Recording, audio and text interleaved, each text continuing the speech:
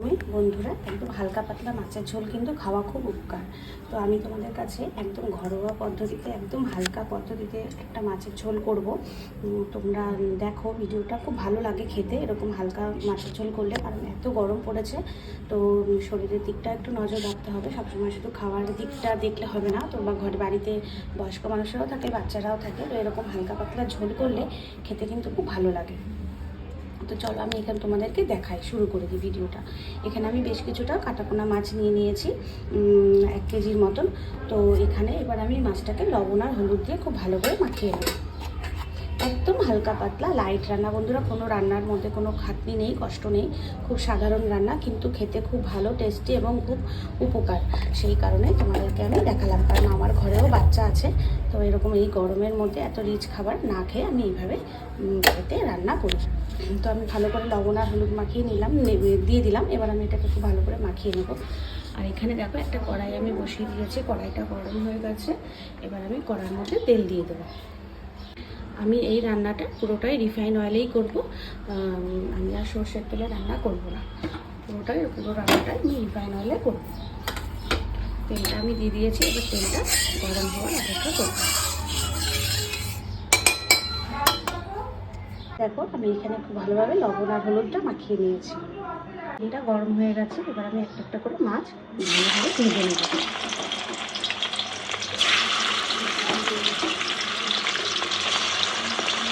মশলাটা রেডি করে নিই, মাছটা ভাজা হতে হতে ততক্ষণে আমি মশলাটা রেডি করে নিই। এখানে দিয়েছি আদা, এখানে দিয়েছি কাঁচা লঙ্কা। ঝালটা তোমরা পরিমাণ মতন দেবে তোমাদের স্বাদ অনুযায়ী, কারণ এত ঝাল দেওয়ার দরকার নেই, হালকা পাতলা রান্না তাই। আর এখানে দিয়েছি সর্ষে, যেটাকে আমরা বলি সাদা সর্ষে বা হলুদ কালারের যে সর্ষেটা হয়, সেই সর্ষেটা দিয়ে নেব।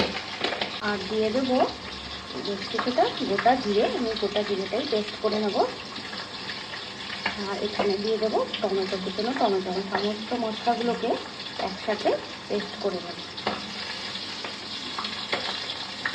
এবার আমি এর মধ্যে জল দিয়ে দেবো, সামান্য জল দিয়ে দেবো। মশলাটা একদম রেডি করে নেব। মশলাটা রেডি করে নিয়েছি। এবার আমি দেখবো মাছগুলো ভাজা হয়ে গেছে, এখানেও বেশ কিছুটা মাছ হয়ে গেছে ভাজা। এই মাছগুলো আমি সেভাবে ভেজে নেব। এগুলো সম্পূর্ণ ভাজা হয়ে গেছে। এবার ভাজা মাছের যে তেলটা রয়েছে তার মধ্যে দিয়ে দেবো সামান্য গোটা জিরে ফোড়ন দেওয়ার জন্য, এবং দিয়ে দেবো দুটো তেজপাতা, আর দিয়ে দেবো কুচিয়ে রাখা টমেটো।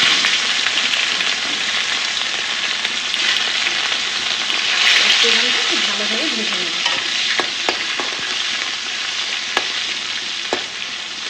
ক্যাপসিকাম কিন্তু খুব ভালোভাবে ভেজে নেব, গন্ধ আসবে। দেখো কত সুন্দর ভাজা হয়ে গেছে। এবার আমি এখানে কেটে নিয়েছি কিছুটা সজনে ডাঁটা এবং আলুগুলোকে এরকম সরু সরু পাতলা পাতলা করে কেটে নেবে, এরকম একদম। কারণ সজনে ডাঁটা যেহেতু ডাঁটার সাথে করছো, তো আলু বেশি চওড়া বা মোটা হলে দেখতে ভালো লাগবে না, সেই কারণে ছোটো ছোটো পাতলা পাতলা করে কেটে নেবে। এবার আমি এগুলোকে ভালো করে ধুয়ে নিয়েছি, এবার আমি এর মধ্যে দিয়ে দেবো কড়ার মধ্যে।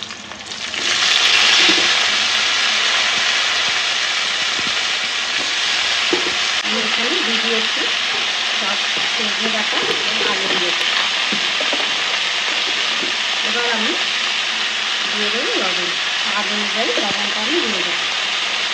যদি প্রয়োজন মনে হয় পরে আবারও দেবো, কিন্তু একেবারে আমি অনেক বেশি লবণ কিন্তু দেবো না। ভাজা হয়ে এসছে, এবার আমি দিয়ে দেবো এখানে হলুদ। একদম হালকা ঝোল, খুব বেশি ভাজারও একদম দরকার নেই। দেখবে যখন কাঁচা গন্ধটা থাকছে না, বেরোচ্ছে না, তখন খুব বেশি কিন্তু ভাজার দরকার নেই। আমরা যেরকমভাবে লাল লাল করে ভাজি অনেক সবজি, সেরকম দরকার নেই, এতটুকু ভাজা হলেই হয়ে যাবে। এই রান্নাটা খুব ভালো লাগে খেতে, খুব ভালো। মশলা কম, তেল কম দিয়ে রান্না। এই গরমে মশলাগুলো দিয়ে দিই।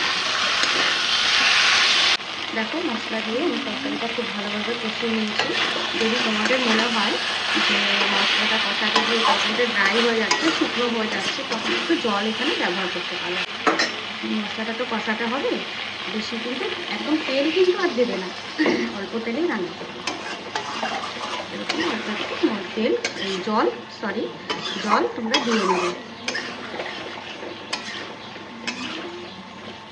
মশলাটা খুব সুন্দরভাবে কষিয়ে নিই।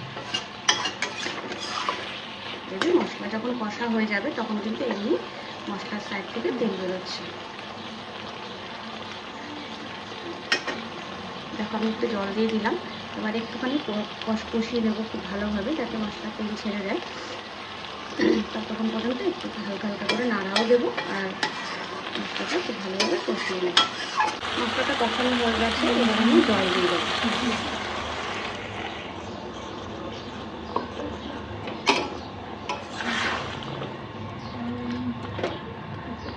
আরও একটু জল আমি দেবো, যেরকম পরিমাণে আমরা ঝোল খাবো সেরকম পরিমাণে জলটা দেবো। ঝোলটা ফুটে গেছে, আমি তবুও আরও একটু জল আমি দিয়ে দেবো, কারণ মাছের ঝোল যেহেতু করবো মাছটাকেও তো সেদ্ধ হতে হবে, সেই কারণে আমি আরও একটু জল আমি দিয়ে দেবো। এবার ঝোলটা ফুটতে দেবো, বেশ কিছুক্ষণ ধরে ফুটতে দেবো যতক্ষণ আলুটা সেদ্ধ না হচ্ছে। ডাঁটাগুলো তো একদম কচি, তো এই মশলার সাথে কষাতে কষাতে সেদ্ধ হয়ে গেছে। এবার আলুটা সেদ্ধ হওয়া পর্যন্ত অপেক্ষা করব। ঝোলটা ফুটে গেছে, এবার আমি মাছগুলোকে এক এক করে দিয়ে দেবো। আলুগুলোও সেদ্ধ হয়ে গেছে, আমি দেখে নিয়েছি। এটাকে এইভাবে দেখে নেবে, আলুগুলোও সেদ্ধ হয়ে গেছে সুন্দর। এবার আমি মাছগুলো একটা একটা করে ঝোলের মধ্যে দিয়ে দেবো।